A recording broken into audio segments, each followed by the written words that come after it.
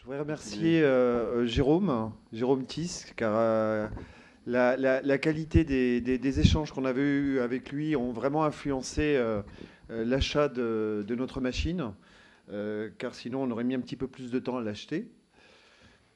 Donc, je vais vous parler un petit peu de la technologie Optos, hein. Pierre-Olivier en a parlé tout à l'heure. On est sur une technologie qui est une technologie SLO, donc avec deux sources laser, une rouge et une verte, et une bleue pour l'angiographie.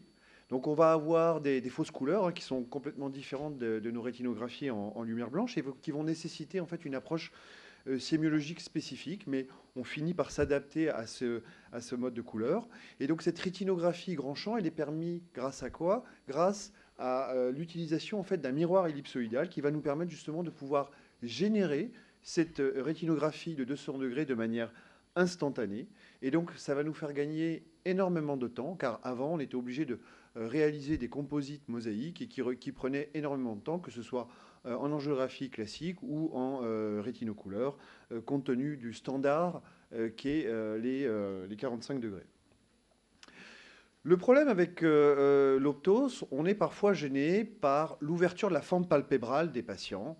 Donc les mauvaises langues diraient que ça photographie très très bien les cils. Donc chez certains patients, on n'a pas forcément besoin d'utiliser de système particulier.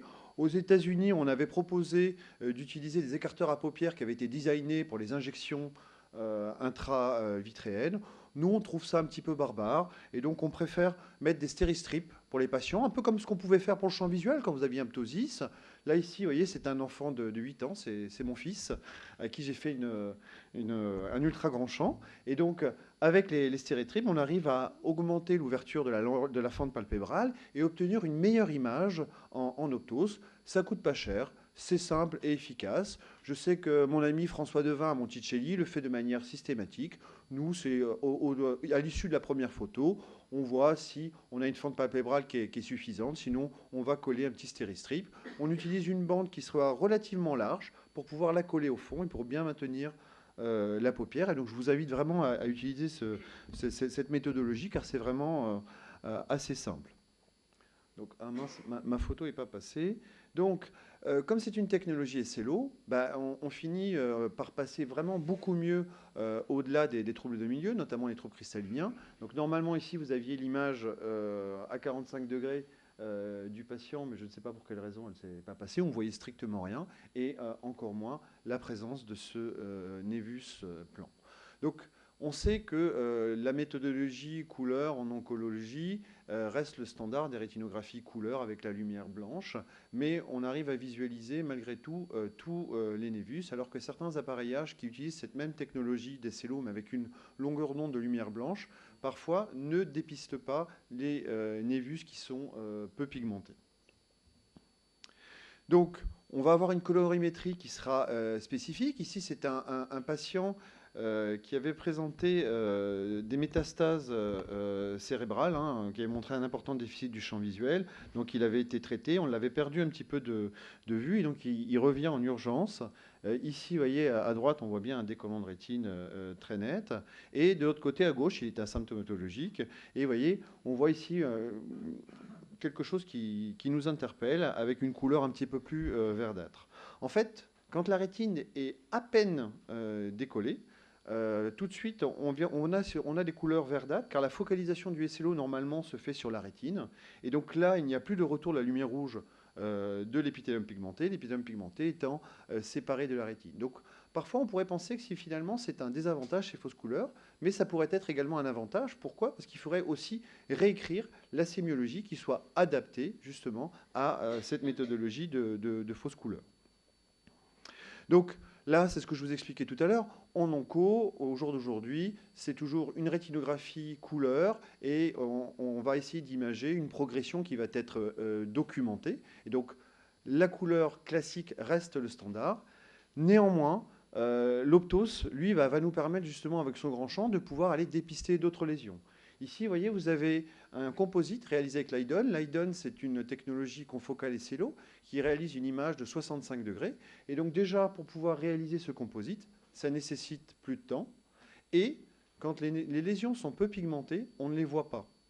on est obligé d'utiliser le mode infrarouge pour aller visualiser ces lésions en Eidon. Alors que là, en Optos, simplement en grand champ, on suit ce névus assez épais qui reste stable dans le temps et on voit l'apparition ici d'un nouveau névus blanc. Donc l'avantage du California, c'est d'avoir ce champ beaucoup plus large et tous les névus sont visibles par comparaison à l'Optos où si on a des lésions qui sont peu pigmentées, on ne les verra pas. Et donc finalement, c'est important aussi, parce que si c'est vous qui faites l'image ou votre technicien, c'est de toujours demander effectivement d'avoir deux modules. Quand on a aussi, nous on a la chance d'avoir ces deux machines, on va toujours réaliser une photo infrarouge aussi dans le dépistage. Et on utilise maintenant également l'Optos de manière simultanée pour chaque patient. Donc, on a évoqué cette problématique également des fausses couleurs. Donc, dans une nouvelle évolution du logiciel, on aura un mode qui va nous permettre de simuler une lumière blanche.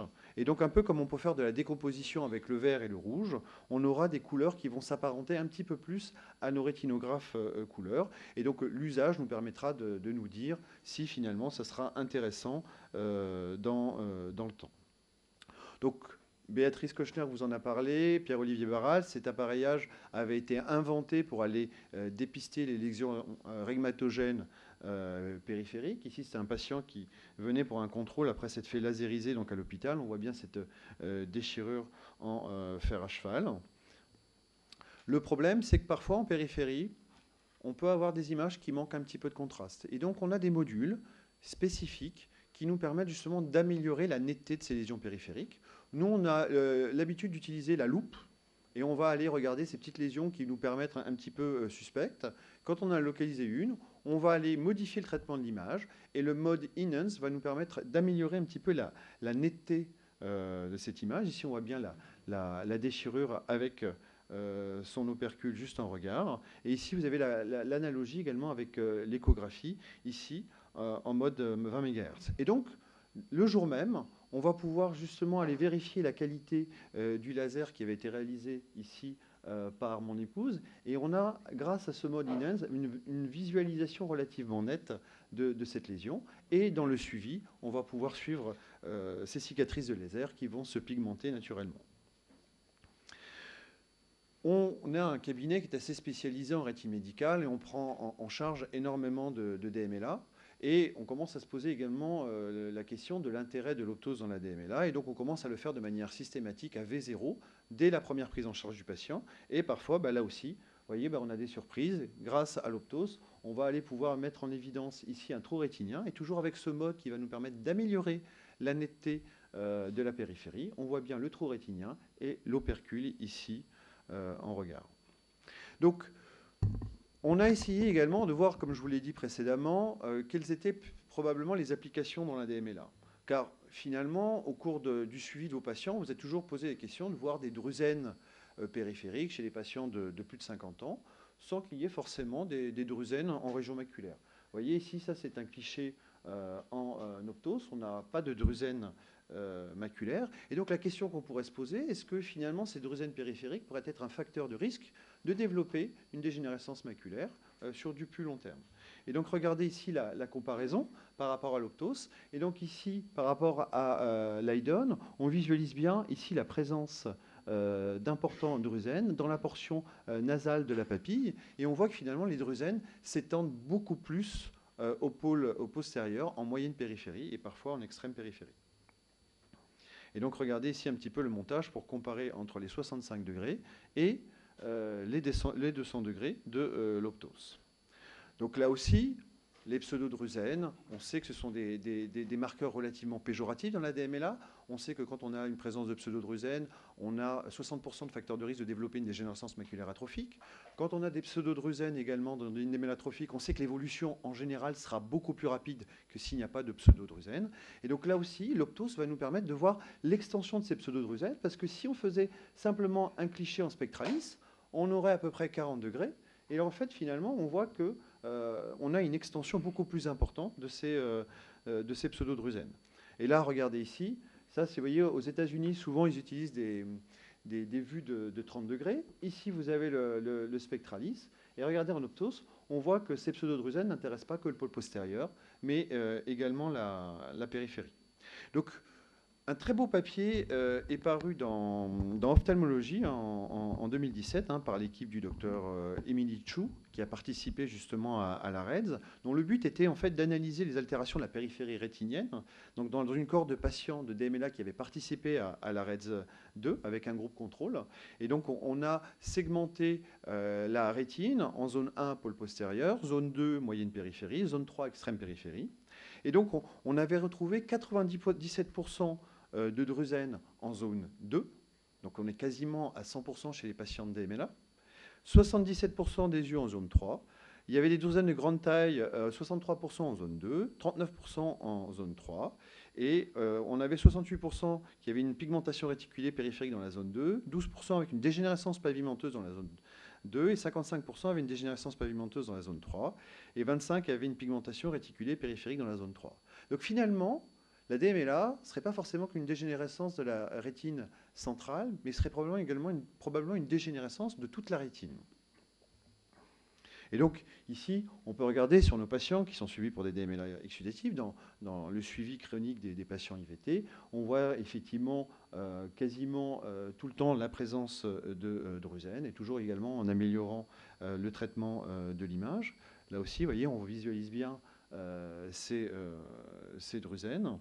Et là, dans des polypes, dans les formes frontières de la DMLA, vous voyez, la patiente a vu vraiment des très très grosses lésions. Et ici, là aussi, on retrouve également la présence de drusènes périphériques. Dans les drusènes dominants, là aussi, finalement, on se rend compte qu'on a des drusènes qui sont beaucoup plus étendues. On sait que dans les drusènes dominants, ces drusènes ont une forme très particulière, avec une pente relativement abrupte de ces petits décollements de l'épithélium pigmentaire. Et vous voyez ici, on avait une atrophie associée. Donc, finalement, la question aussi, c'est qu'est-ce qu'on va en faire de toutes ces informations ? Donc on va en parler juste après. Ici, vous voyez, vous avez une dégénérescence pavimenteuse. Et donc maintenant, moi, j'utilise également l'Optos pour avoir une cartographie quand je veux équiper fonctionnellement les patients. Et vous voyez, cette patiente se plaignait énormément. Et à partir des topographies de la rétine, maintenant, j'équipe ces patients avec des filtres sélectifs et je crée des groupes en fonction des différentes atteintes pour pouvoir mieux équiper ces patients. Et vous voyez, c'est une patiente, j'ouvre les fenêtres du cabinet. Ici, on a une très belle vue sur les quais de Saône. Et donc, ce sont des filtres un petit peu particuliers qui sont des millefeuilles de filtres chromatiques qui sont distribués par Eschenbach et qui améliorent considérablement les contrastes. Et en fonction des atteintes périphériques, je vais leur proposer des filtres qui vont être différents. Donc ça, c'est encore une première application, également de l'Optos, dans le domaine également de la vision fonctionnelle. C'est mieux, hein? Ah oui, nettement mieux. On l'a payé pour le dire. Chut. Donc, il y a eu une autre étude également à comparer l'adaptation à l'obscurité et la présence justement de ces drusènes périphériques en Optos. Donc, une étude qui avait été parue dans l'American Journal de manière récente sur un échantillon de 128 patients, dont 75% de DMLA, donc imagés par Optos, et un nouvel appareillage qu'on appelle l'ADAPT-DX de Maculogix, qui va être distribué en France maintenant par la société Sanotech et qui mesure l'adaptation à l'obscurité. Et donc l'étude a montré une très bonne corrélation significative entre les dépôts de la moyenne périphérie et de l'extrême périphérie à une diminution de l'adaptation à l'obscurité. Une autre étude d'une grande anapathe qui s'appelle Curcio, qui travaille en Alabama, qui est très connue pour ses travaux dans la DMLA, et donc qui avait réalisé une étude sur 325 patients qui avaient été vus à V0 et à 3 ans, et dont 62 de ces patients avaient une adaptation à l'obscurité qui était anormale à V0. Et donc ces 62 patients, ont été suivis à 3 ans. Et donc on a montré une prévalence qui était 2 fois plus élevée de développer une DMLA dans cette population saine d'âge avec un âge médian de 65 ans, et qui présentait une diminution d'adaptation à l'obscurité initialement, et qui ont développé une DMLA débutante à 3 ans. Donc on avait bien vérifié dans la cohorte de patients, on avait 75% de patients qui étaient FAC, parce qu'on sait que chez les pseudo-FAC, on a souvent une petite diminution de l'adaptation à l'obscurité. Et donc on avait mis en évidence la modification de l'activité finalement des bâtonnets, et donc d'une atteinte précoce périphérique. Le seul biais de cette étude, c'est qu'on avait des rétinographies qui étaient relativement étroites, de 30 degrés, et l'étude précédente montre bien justement cette bonne corrélation. Et donc regardez ici, ça c'était les patients qui présentaient une une adaptation à l'obscurité qui était normale. Et ça, à V0, les patients qui présentaient une adaptation à l'obscurité anormale à V0, et on voit bien que même au-delà des 20 minutes, ils n'ont pas encore récupéré. Et ces patients à 3 ans ont commencé à présenter des drusènes. Donc on ne sait pas finalement s'il n'y avait pas déjà des drusènes périphériques à cause justement de ces champs qui étaient trop étroits.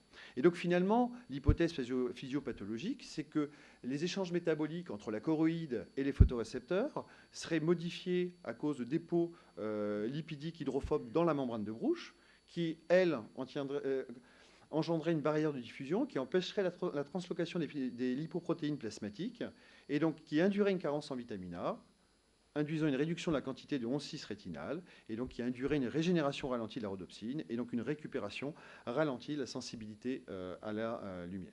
Donc finalement, ces altérations périphériques sont beaucoup plus fréquentes qu'on ne le pense, elles ont une prévalence qui est beaucoup plus importante. Des études ont montré des corrélations phénotypiques de ces atteintes périphériques dans la DMLA, Johanna Seddon en particulier.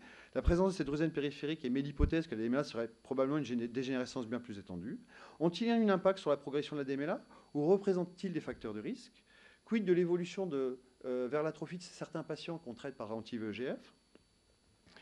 Et la prévalence, donc je ne peux conclure sans parler finalement de l'ischémie, mais Olivier en a déjà parlé. Avant, nos analyses sur l'ischémie rétinienne, notamment dans les occlusions vasculaires, étaient faites sur des champs relativement étroits. Donc on avait du mal, si vous voulez, à quantifier justement l'ensemble de l'ischémie. Et donc maintenant, l'Optos va nous permettre une détection plus précise et fiable de ces territoires d'ischémie périphérique, avec des modifications de la surveillance du patient qui seront beaucoup plus adaptées et une conduite thérapeutique adaptée aussi.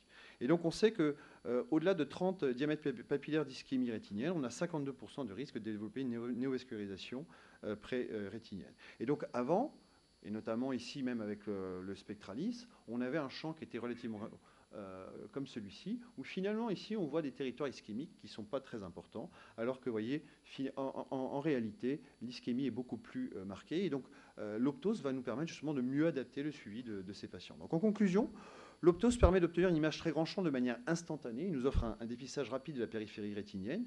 Il ne se substitue pas au fond d'œil, mais les deux sont complémentaires. L'analyse des altérations de résonance de la périphérie va probablement enrichir et préciser la sémiologie de la DMLA.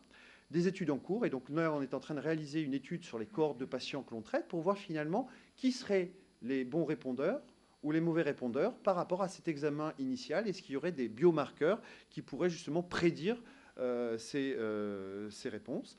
L'Optos permet de mieux évaluer l'ischémie périphérique et plus précisément le risque de néovascularisation pérétinienne et d'adapter le suivi de ces patients. On espère prochainement le développement d'outils fiables de quantification de la surface de l'ischémie périphérique. Et la rétinographie grand champ est en passe de devenir un standard dans les cabinets. J'ai été passer 3 jours dans un laboratoire de recherche à San Francisco. Il y a énormément de choses qui se créent justement sur ces images grand champ. Et je peux vous dire que ça deviendra un standard, c'est une certitude. Et je vous remercie de votre attention.